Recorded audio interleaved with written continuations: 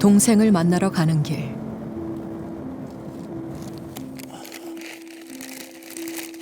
일곱 남매 중 막내가 가장 먼저 부모님 곁으로 갔습니다.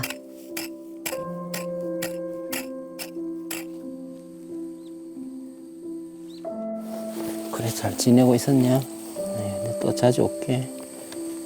여기 보면은 매일 아침 6시 30분 출근해서 365일 출근하는 팀장이 된 자리다. 당일 또 저녁에 식사하는 과정에서도 사고 9시 26분에 당했는데 9시 10몇 분까지 업무 얘기를 주고받았더라고요. 늦은 저녁 식사를 마치고 다시 야근을 하러 가던 동생. 그날은 동생의 팀이 상을 2개나 받은 날이기도 했습니다.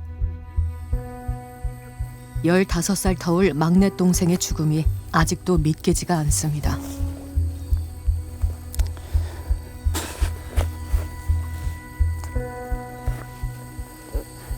앞으로 살아도 네가 너보다 더 오래 살아야 되는데, 응?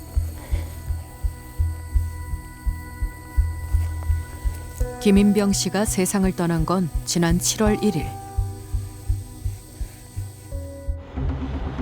저녁 9시 26분, 시민 9명이 숨진 시청역 역주행 사고였습니다. 평소 유동인구가 많은 시청역 인근. 그날도 인병 씨처럼 늦은 저녁을 먹거나 회식을 하는 사람들이 많았습니다. 그런데 이들의 등 뒤에서 차량 한 대가 인도로 돌진해 보행자들을 덮친 겁니다.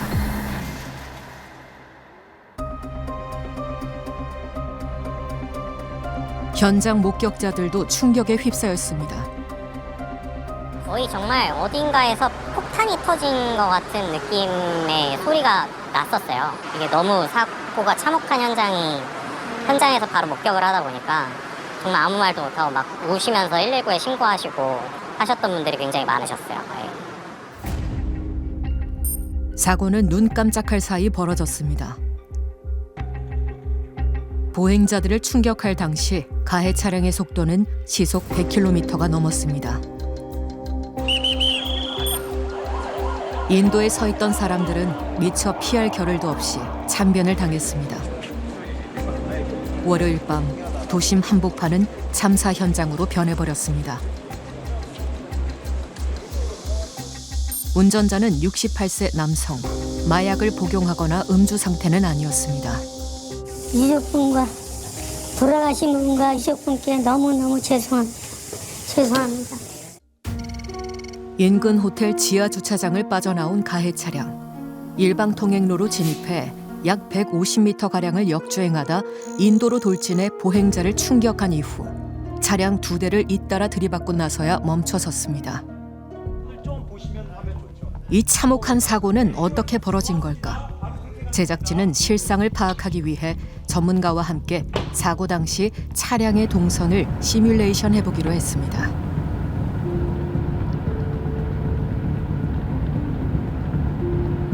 가해 차량과 마찬가지로 지하 주차장에서 출발해보면 주차장 출입로는 오르막인데다 차량 한 대가 간신히 지나갈 만큼 폭이 좁습니다.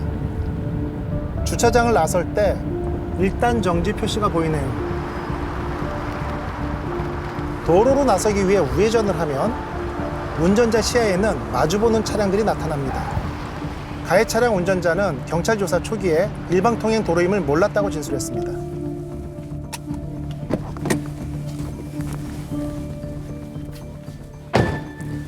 기록에 따르면 차량은 주차장을 빠져나왔을 무렵 빠른 속도로 일방통행로에 진입했습니다. 운전자가 차 안에서 바라보는 시선에 주목할 필요가 있습니다. 차량의 속도가 빨라지게 되면 시야각이 좁아지고 동체 시력이 저하됩니다. 운전자는 고령이었기 때문에 실제 반응 속도도 늦어지고 돌발 상황에 대한 대처 능력이 저하됐기 때문에 피해를 키웠을 가능성이 있습니다.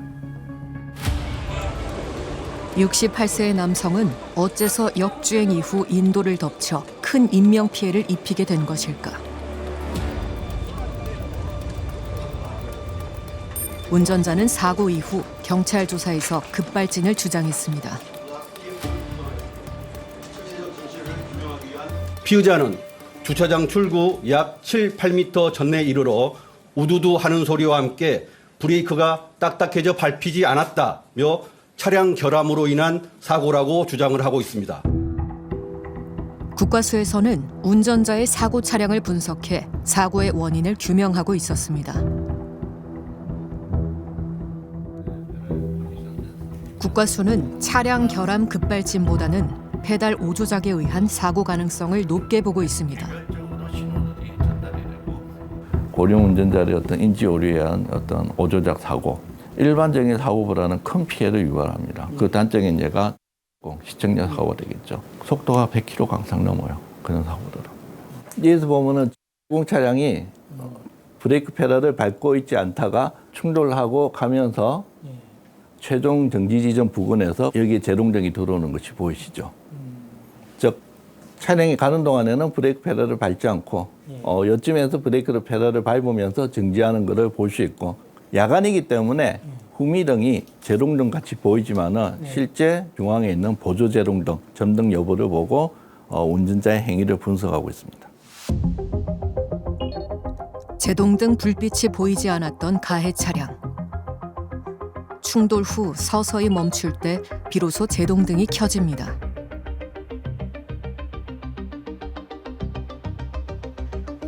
가해자가 주장한 제동 페달이 딱딱하게 느껴지는 상태. 즉, 제동 페달 고장 상황을 설정해 실험해 봤습니다.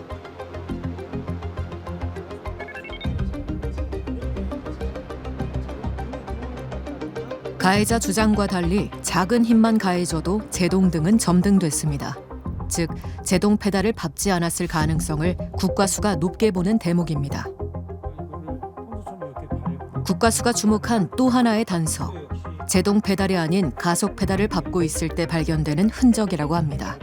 운전자가 상당히 긴장을 많이 해서 꽉 밟고 있는 상태에서 전방 충돌에 오면은 이렇게 상대적인 슬립에 의해서 신발 발악에 이런 격자 문양을 연출을 하게 되겠습니다. 페달을 밟고 있는 상태에서 강한 힘이 작용하면 마찰열에 의해 신발에 흔적이 남는다는 것. 국과수는 사고 당시 운전자가 신고 있던 신발의 사진을 최초로 공개했습니다. 언론에 한 번도 공개가 된 적은 없지만 가속 페달이고 이 운전자분 발악에 문양이 묻어 있죠. 저희들이 이 두 영상을 오버랩 시켜가지고 정확히 일치한다는 것을 보여드린 겁니다. 즉, 운전자의 오른쪽 신발 밑창엔 가속 페달 자국이 남아있다는 겁니다. 70대 운전자가 몰던 승용차가 인도로 돌진해서 행인 2명이 숨졌습니다. 운전자는 급발진을 주장하는 걸로 알려졌습니다. 시청역 역주행 사고 외에도 차량 돌진 사고는 전국에서 잇따라 발생하고 있습니다. 부산 해운대, 서울 성동구 등 최근 발생한 급가속 사고 운전자들은 공교롭게도 대부분 고령의 노인들이었습니다. 아파트 단지 안에서 차량이 놀이터로 돌진하는 아찔한 사고도 있었습니다.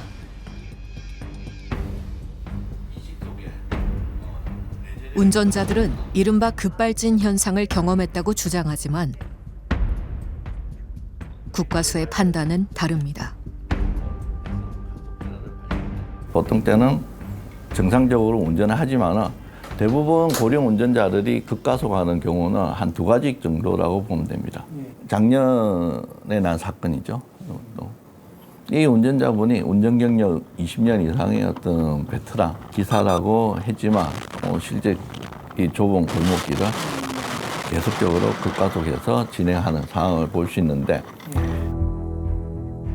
지난해 주택가에서 발생한 사고. 페달 블랙박스 영상엔 사고 원인이 고스란히 담겨 있었습니다. 제동 페달을 밟았다고 생각한 운전자가 반복해서 밟은 건 가속 페달이었던 겁니다. 실제 운전자가 실수를 하면 당황을 하게 되는데, 보통 운전 패턴은 펌핑을 몇 번 하고 그리고 지속적으로 가속 페달을 밟고 있는 그런 경우가 대부분이라고 보시면 되겠습니다. 페달 5조작이 또 다른 대형 사고로 이어질 수 있었던 위험한 순간이었습니다. 보행자 9명이 숨진 시청역 역주행 사고. 가해 차량 운전자는 68세 고령 운전자였습니다. 방금 영상에서 보신 페달 5조작 사례도 운전자가 고령인 경우가 많습니다. 지난 5년간 국과수가 감정한 급발진 주장 사고에서 감정이 아예 불가능한 건을 제외한 나머지 모두 운전자의 페달 5조작이 원인으로 판명됐습니다. 그리고 그 상당수는 60대, 70대 운전자가 일으킨 사고였습니다. 실제로 지난 5년간 전체 교통사고에서 고령 운전자가 낸 사고의 비중은 꾸준히 증가했습니다. 노인 인구 증가 현실이 반영된 것이지만 우려되는 점은 고령 운전자가 일으킨 교통사고에서 본인 포함 사망률이 전체 사망사고의 약 30%에 달할 정도로 높다는 점입니다. 지난해 춘천에서도 고령 운전자가 낸 사망 사고가 있었습니다.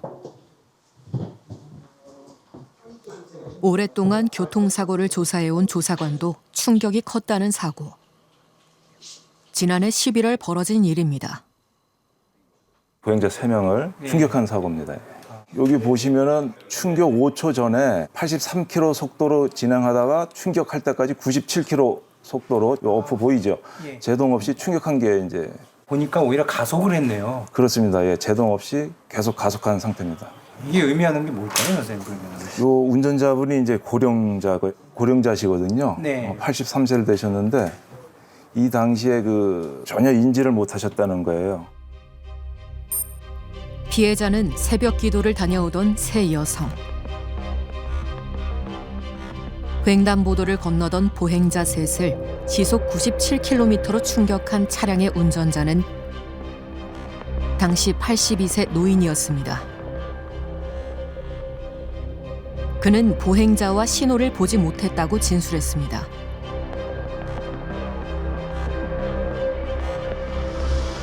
제작진은 신고 당시 현장에 가장 먼저 도착한 경찰과 함께 사고 현장으로 가봤습니다. 6차선 도로.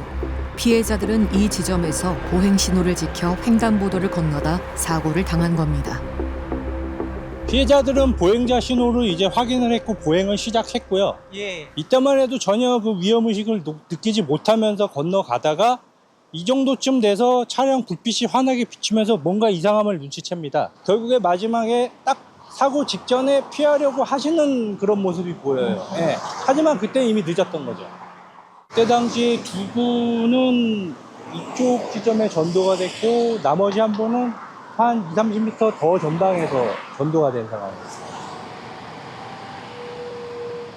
차량 신호가 적색으로 바뀌면은 예. 바로 이 횡단보도 신호가 바뀌는 게 아니고 예. 3초 있다가 횡단보도 신호가 켜지거든요. 못 봤다 그러니까. 네, 신호를 못 봤다니까 멈출 수도 없는 거고 사고가 난 거죠. 그러니까. 피해자들은 병원으로 이송됐지만 3명 모두 숨졌습니다. 사고가 발생한 도로는 시속 60km 속도 제한 구간. 가해자의 주장대로 신호를 못 봤다 하더라도 비극을 막을 수는 없었을까. 사고가 발생한 횡단보도는 폭이 넓고 차량 정지선하고의 거리도 상당합니다. 보행자들은 횡단보도 신호가 들어온 이후에 차량의 진행 방향 바깥에서부터 안전하게 횡단보도를 건너고 있었습니다. 전문가와 함께 가해 차량의 기록과 공간 정보를 토대로 동선을 재구성해 봤습니다. 만약 가해 차량이 정속 주행을 했다면 충격 시점에 이 차량은 횡단보도가 아닌 사고 지점으로부터 63m 이전에 위치해 있었을 겁니다. 그리고 4초 후에 사고 지점을 통과하게 됩니다. 한마디로 가해 차량이 사고 시점에 보행자들과 만나지 않을 수 있습니다.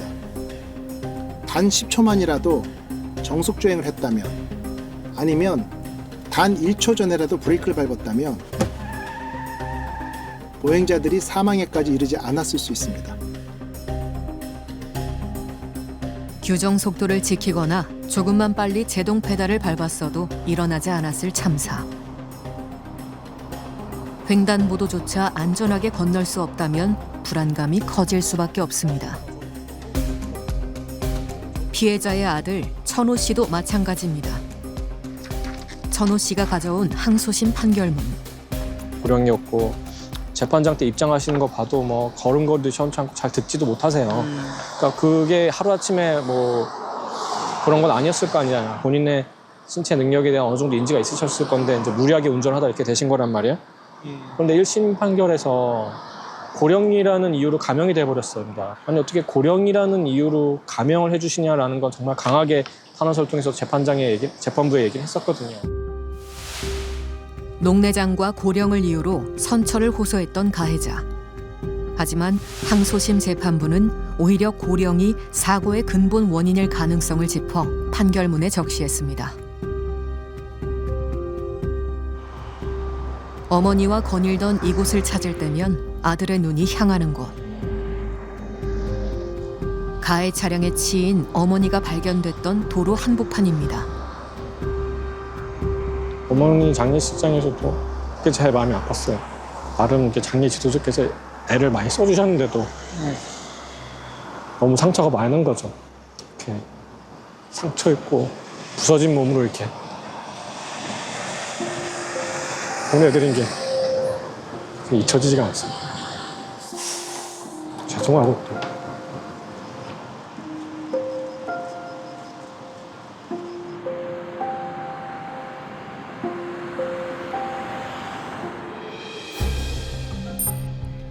택시나 버스, 화물차를 운행하는 고령 운전자에 의한 사고도 늘고 있습니다. 다른 승객이나 운전자들에게 피해가 확산될 수 있기 때문에 우려가 커지고 있습니다.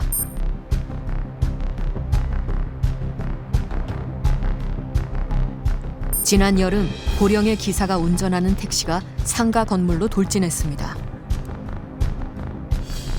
이쪽에서 갑자기 택시가 이 금이 있네요. 네네네 여기 바로 택시가 갑자기 돌진을 이쪽으로 택시가 여기로 타고 올라와서 절로 쭉 들어간 거예요. 네 아주 거기다가 돌진했어 돌진. 많이 놀라셨겠어요, 선생님. 아유 말도 못하죠. 너무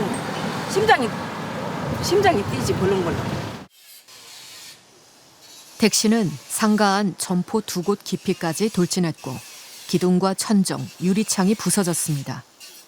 한밤중 일어난 일이라 다행히 인명피해는 없었지만 자칫 큰 사고로 이어질 수도 있었습니다. 운전자는 70대 택시기사.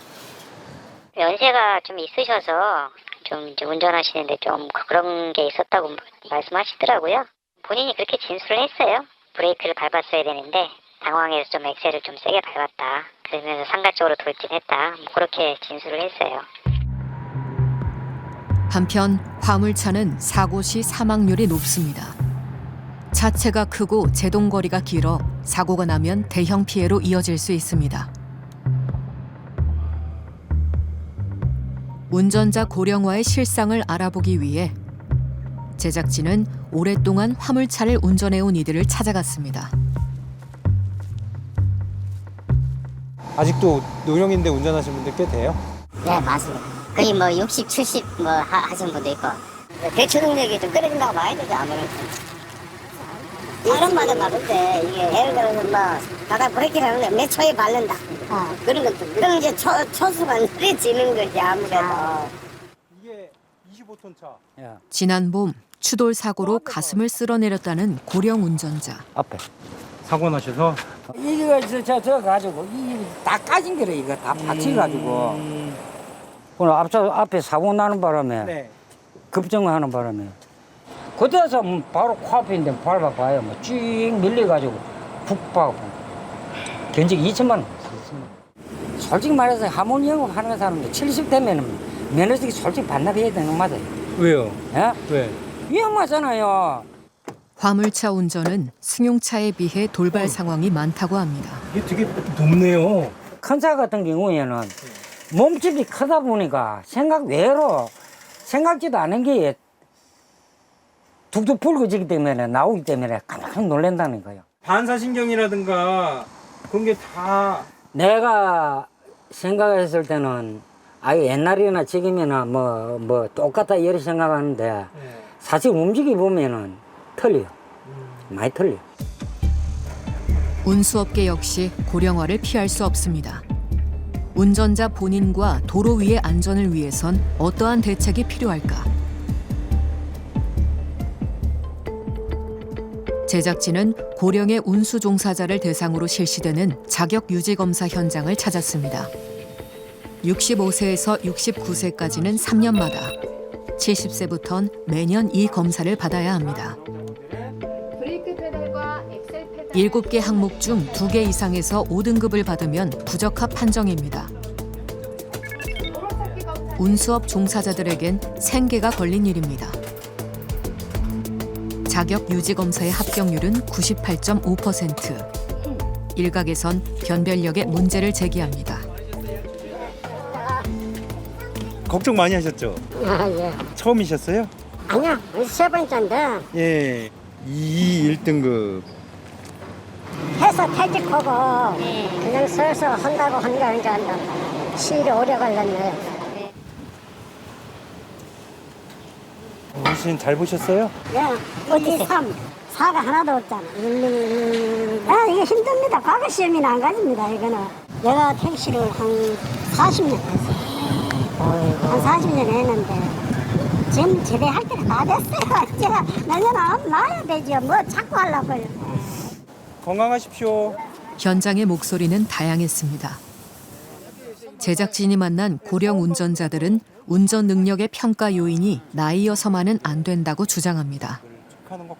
운전하는 거하고 아무 상관이 없어 이거하고요. 컴퓨터를 안 만져보는 거 모르는 거예요 그게요.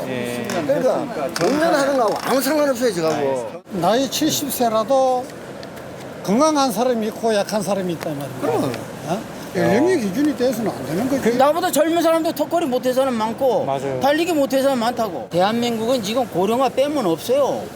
화물이고 버스고 택시고. 자, 고령화를 없앤다. 고령화를 자꾸 제재 들어가면은 화물차, 버스, 택시 다 스톱돼 버려. 그러면 나라 전체가 스톱이에요. 전국 택시기사 중 65세 이상 비율은 45%. 2명 중 1명은 고령 택시 운전자인 셈입니다. 화물업계도 마찬가지입니다. 화물 운수 종사자 중 65세 이상은 약 14%인데 50세 이상, 64세 이하의 비중도 높아서 앞으로 운전자의 고령화는 더욱 심화될 걸로 보입니다. 승객과 다른 운전자의 안전을 위해서라도 고령 운전 종사자들의 운전 능력과 적합성을 제대로 평가하는 게 중요할 텐데요.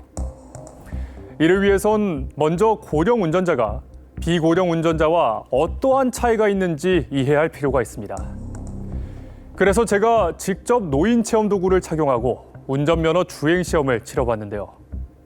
평소 사고 없이 운전을 잘 하고 있다고 생각해 왔는데 고령 운전자 체험과 동시에 그런 생각은 사라졌습니다.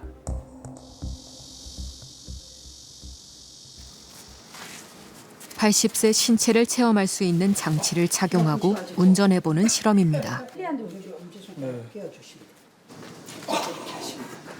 노화가 오면은 이 안질환 중에서 이제 가장 많이 하는 게 이 녹내장 그리고 백내장 70세 어르신들한테 많이 오는. 장비를 착용하면 손 감각이 둔해지고 뻣뻣해진다는데요. 계단을 내려가는 것조차 쉽지 않아 보입니다.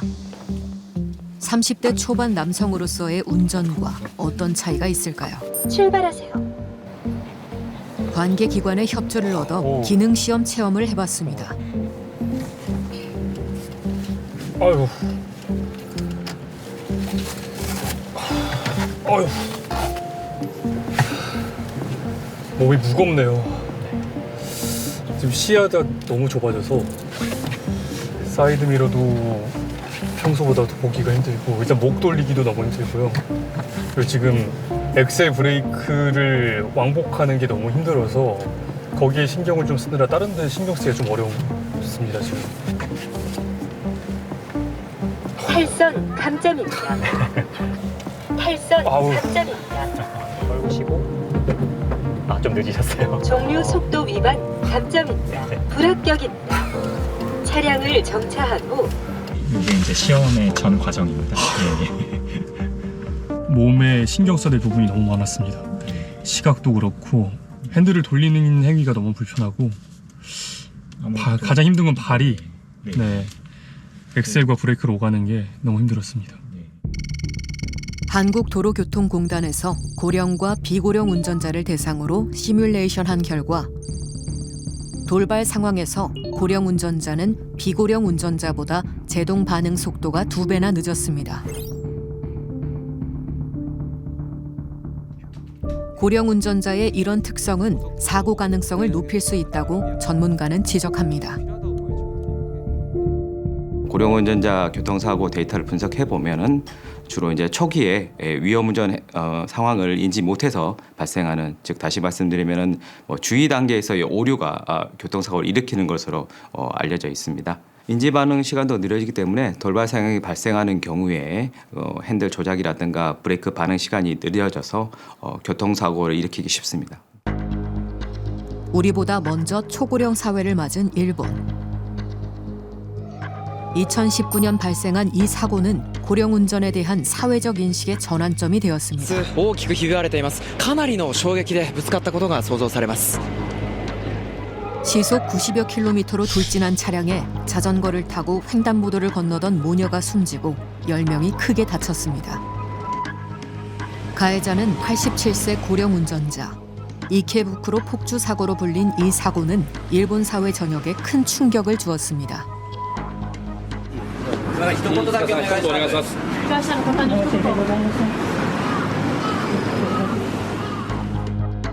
이제는 아버지만 남은 가족. 5년 전 그 사고가 아니었다면 지금쯤 초등학교에 입학했을 딸과 평온한 일상을 보내고 있을지 모릅니다. 제작진은 당시 사고로 아내와 딸을 잃은 마츠나가 씨를 만났습니다. 사고 현장에 세운 위령비. 교통사고로 유족들의 눈물을 표현해 형상화했다고 합니다. 今この瞬間も事故はこの日本のどこかで起こっているし、世界のどこかであの日の僕と私たち家族のように苦しんでいる人がいるというふうに思うと、僕はすごく悔しいんです。自分が知ってしまったからこの苦しみを。だから他の人には味わってほしくないと。 다른 누군가는 겪지 않았으면 하는 비극이지만 여전히 어딘가에서 일어나고 있기에 마츠나가 씨는 적극적으로 행동에 나서고 있습니다. 얼마 전 그는 수감 중인 가해자에게 질의서를 보내 답을 받았습니다. 지난 5년간 그토록 묻고 싶었던 질문. 私のあなたはどうすればこの事故を起こさずに済みましたかという質問に対しては、運転しないことが大事ですというふうに伝えて、やめるように強く言われていたらやめていたと思うというふうに書いてあります。 교통범죄 유족회 활동을 하며 그동안 일본 사회에 변화의 목소리를 내온 마츠나가 씨. 아내와 딸의 죽음을 헛되이 하고 싶지 않아 시작한 일이라고 합니다. その方々を支援するっていうのが一つと、あともう一つは高齢者の免許更新時の試験制度に変わったという大きな動きがありました。 이케부쿠로 교통사고를 계기로 고령 운전자 면허 제도를 정비한 일본. 고령 운전자의 면허 갱신 조건을 강화했습니다.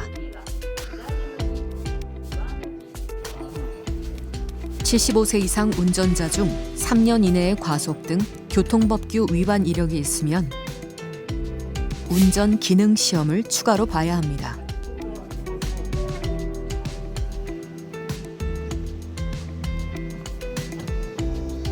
이종 보통 면허 소지자는 100점 만점에 80점 이상을 받아야 통과됩니다.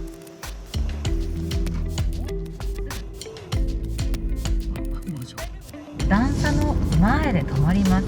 ゆっくりコツンと当てて当たったら止まる。 추가된 기능 시험의 핵심인 단차 오르기. これ当たった状態です。アクセルを踏んでガタンと乗ったらすぐ止まります。じゃあやってみましょう。はい、アクセル。そう、いいですね。はい。 제동 페달로 신속히 바꿔 밟을 수 있는지 여부를 측정하는 것입니다. 高齢者による社会的反響の大きい事故なんかが原因で、こういった講習をですね、やるようになりました。段差のテストが入っていることが気づいたんですけれども、突破の時になるとアクセルとブレーキを間違えてしまってアクセルをですね強く踏む傾向にありますので、このきちっと踏み替えができるかを確認しております。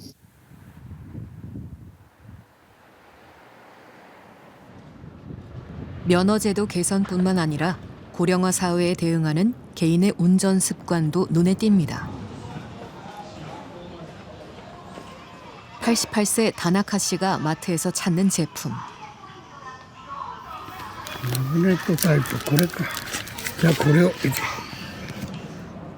일본은 1997년부터 실버마크 제도를 도입했습니다. 실버는 65歳以上ですね.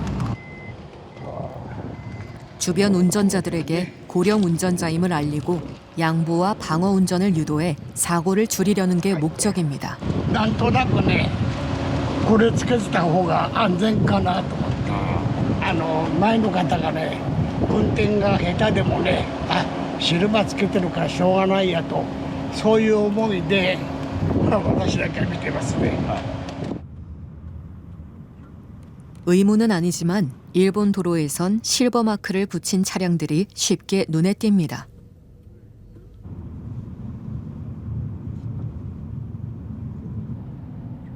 운전 경력 62년째인 키노시타 씨.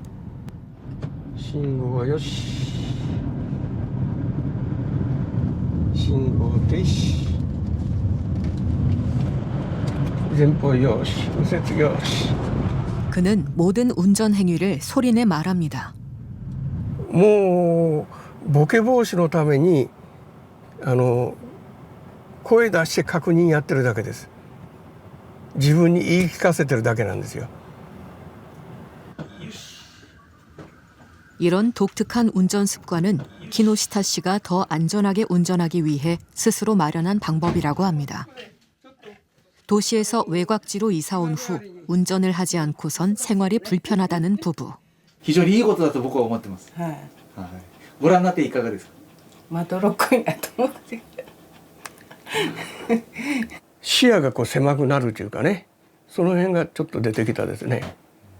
だから75ぐらいになって後期高齢者になってからは声出し運転をやってるんですよ。安全運転よし。 안전카드도 손수 만들어 3주마다 주의 문구를 교체하고 있다고 합니다. 우리가 일상적으로 하는 운전. 하지만 오래 해왔다고 해서 지나친 자신감을 갖는 건 금물이라고 전문가는 지적합니다. 맨날 누웠다 일어서고 맨날 앉았다 일어서고 맨날 걷습니다. 이렇게 일상적으로 수십 년, 어떤 분들은 7, 80년을 하셨던 것도 그렇게 잘하던 게 갑자기 문제가 생겨서 낙상을 합니다. 운전도 마찬가지입니다. 익숙하다고 해서 언제까지나 내가 익숙한 걸 잘한다는 보장은 없습니다. 그렇기 때문에 내가 오랜 시간 해왔다. 그러니까 나는 앞으로도 잘할 거다. 이건 말이 안 되는 얘기입니다. 지난 7월 시청역 역주행 사고를 계기로 고령 운전에 대한 관심은 매우 커졌습니다. 그런데 경각심이 확산하면서 온라인을 중심으로 심지어 노인 혐오 표현까지 등장했죠. 저희가 시청역 역주행 사고가 발생한 주간의 여론 양상을 분석해 봤더니 고령 운전에 대한 부정 여론이 74%로 매우 높게 나왔습니다. 하지만 이렇게 폭발적으로 증가했던 고령 운전에 대한 언급량은 보름이 지나자 이전 수준으로 돌아간 걸로 보입니다. 다시 고령 운전자 사고가 생길 때마다 단기간에 사회적 관심이 급격히 확산하는 걸로 그쳐선 안 될 일입니다. 경찰청 발표에 따르면 현재 운전면허 소지자 10명 가운데 1명은 노인인데 2040년이 되면 5명 중 1명이 고령 운전자일 걸로 예상됩니다. 이젠 전 사회적인 논의와 대책 마련이 필요하지 않을까요? 그러려면 먼저 고령 인구가 경험하는 교통 현실의 실상을 폭넓게 이해할 필요가 있습니다.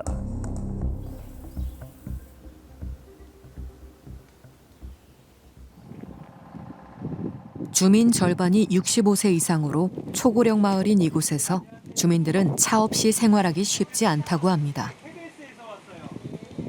택시 아니면 버스 타고 다니더라. 그래도 택시도 비용도 좀 들잖아요. 2만 5천 원이다. 택시 타고 5,500원. 읍 가는데도 2만 5천 원이에요? 읍내행 버스는 하루 5편뿐.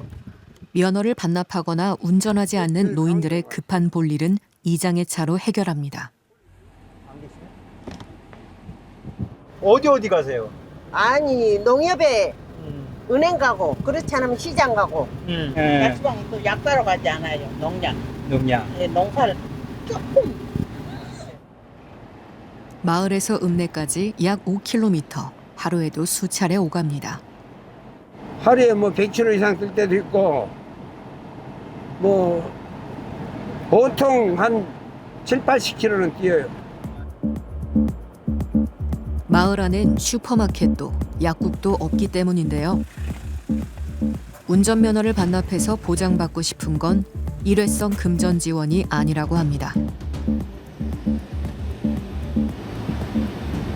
돈보다도 제가 하는 이야기는 이동을 편하게 할 수 있는 내 차가 있을 때나 비슷하게 이동권을 보장해달라. 1년이고 2년이고 1년을 하든 2년을 하든 확실하게. 어떤 이들에게 운전은 인간다운 삶을 위한 조건이기도 합니다. 85세 김유광 씨 부부도 운전대를 놓을 수 없는 사정이 있습니다. 요것 좀 내려줘요. 짜 바짝 그렇잖아요.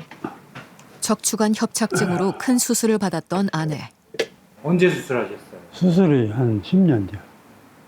그럼 보행이나 이동에 조금 어려움이 있으세요? 네.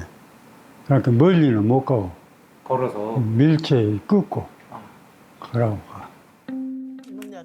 김 씨가 운전대를 놓으면 아내는 병원에 갈 수 없습니다. 나이가 든 이후 시작한 운전이 부담스럽지만 그만둘 수 없는 이유입니다. 장거리는 일절 안 해요. 차 타고 목포도 안 가봤어요. 아버님 차 타거든. 버스로 가고 읍에 터미널에 놔두고 버스. 그럼 이제 이런데 병원 가까운데 올 때 그럴 때는 이제 우리 차. 이처럼 비도시권 고령 운전자가 운전을 해서 하는 활동 대부분은 생활에 필수적입니다. 때문에 현실적인 대안 없이 무작정 운전을 그만둘 수 없습니다. 나이 든 게 이제 좀 아그들이 말려. 차를 그만두라고 애들이 말려.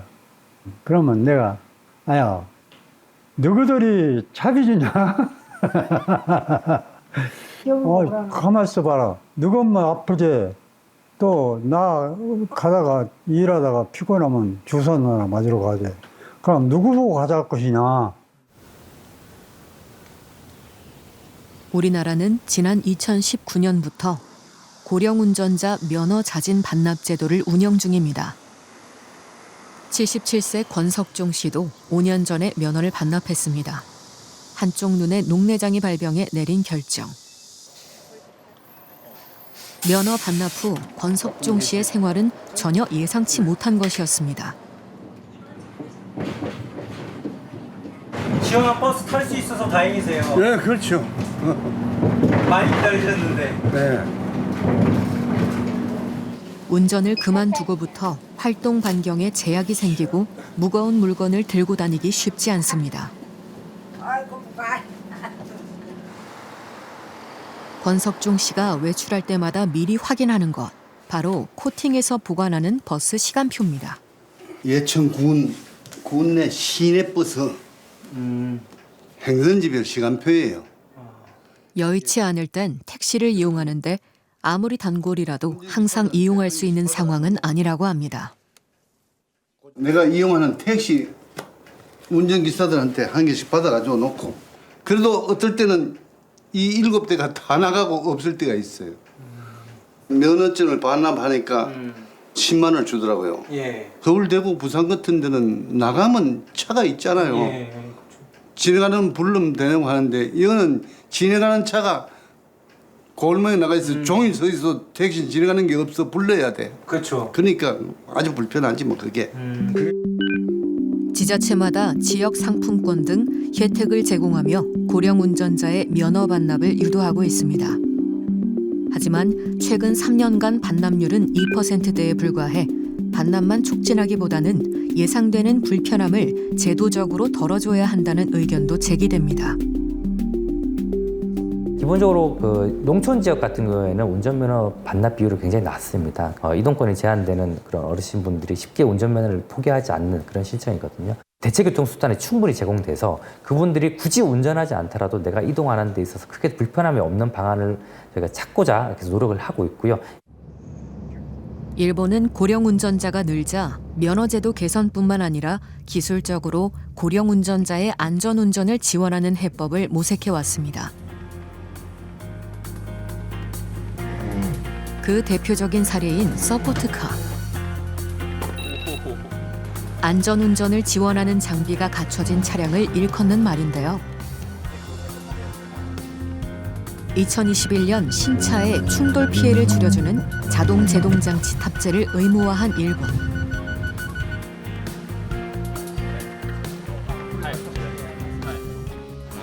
前だとここに1こういう丸いセンサーなんですけど、これが前に4箇所こちらとあとここですね。それから後ろの方にもはい、後ろにも同じものがついて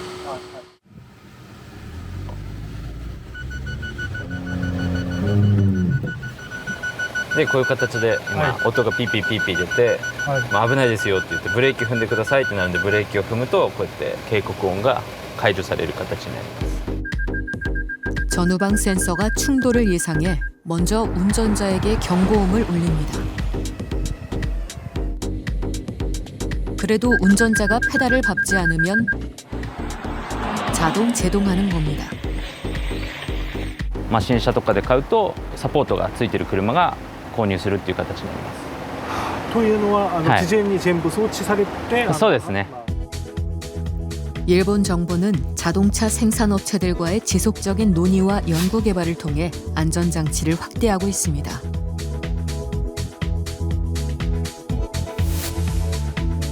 한때 보조금을 지급하며 서포트카 보급을 촉진한 일본. 이제 페달 5조작 시 가속 억제 장치도 의무화를 추진 중입니다.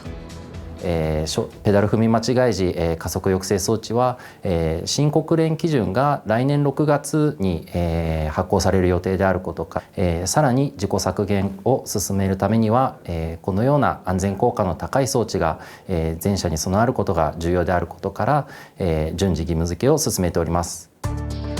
실제 페달 5조작 시 가속 억제 장치의 신차 장착률이 93%에 달한 2021년엔 2012년에 비해 교통사고와 사상자 수가 약 절반이나 감소했습니다. 고령 운전을 제재의 대상이 아니라 제도의 개선과 연관지어야 하는 이유입니다. 노인이 사고가 났다 그러면 노인이 사고 났다가 아니라 왜 이 사고가 났을까가 더 중요한 거고요. 노인분들이 사고를 많이 낸다 그러면 그 노인분들이 사고를 내지 않도록 방법을 찾아드려야 되는 거고 아니면 이런 분들까지도 운전을 할 수 있도록 제도나 시스템을 바꿀 건지 기계적으로 보조를 해줄 건지 이런 게 다 논의가 돼야지 그냥 고령층의 운전은 위험합니다. 이런 걸로 해결 방식을 찾아서는 절대 안 되죠. 현재 우리나라에선 이른바 조건부 운전면허 제도 도입을 위한 연구가 진행되고 있습니다.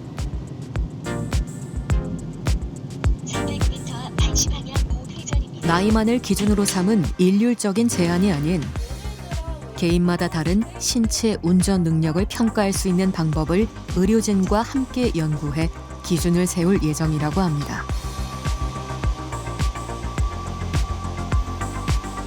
신체 인지 능력의 변화는 나이대를 불문하고서는 발생할 수 있기 때문에 저희는 객관적인 아니면 의학적인 차원에서 그런 어떤 지표를 통해서 이 사람이 고위험성이다라는 걸 판단할 수 있는지를 연구를 하는 거고, 그렇게 판단된 사람들에 대해서는 보완할 수 있는 조건을 붙여가지고 저희가 운전을 유지시켜주기 위한 목적으로 이 연구를 진행하고 있는 겁니다. 국토교통부는 면허 관련 일부 검사 판정 기준을 강화하되 이동권 보장에 힘쓰고 안전장치 장착을 유도하겠다고 밝혀왔습니다. 이것이 단순한 제작진의 질의에 대한 답변이 아닌 시민들의 안전을 위한 약속으로 구체적인 정책으로 실현되어야 할 것입니다.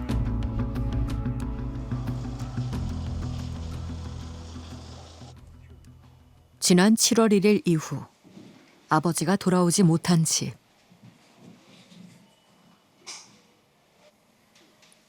시간이 그대로 멈춰 있습니다. 용기 내 카메라 앞에 선 이유는 내 가족은 떠났지만 또 다른 누군가에게 같은 비극이 없길 바라는 마음에서입니다. 모든 이제 고령 운전자분들을 안 좋게 보는 건 아니에요. 아시는 분들은 이제 아실 거잖아요. 시간이 지나고 나이를 먹어가면서 이제 운전대를 잡았을 때 인지 능력이 좀 떨어진다거나 자칫하면 위험할 수도 있겠다 하는 거 스스로 느끼실 테니까, 이 사건이 그리고 이런 비슷한 사건들이 이렇게 시간이 지남에 따라서 또 흐지부지 묻혀지지 않기를 바라는 마음이 제일 커요.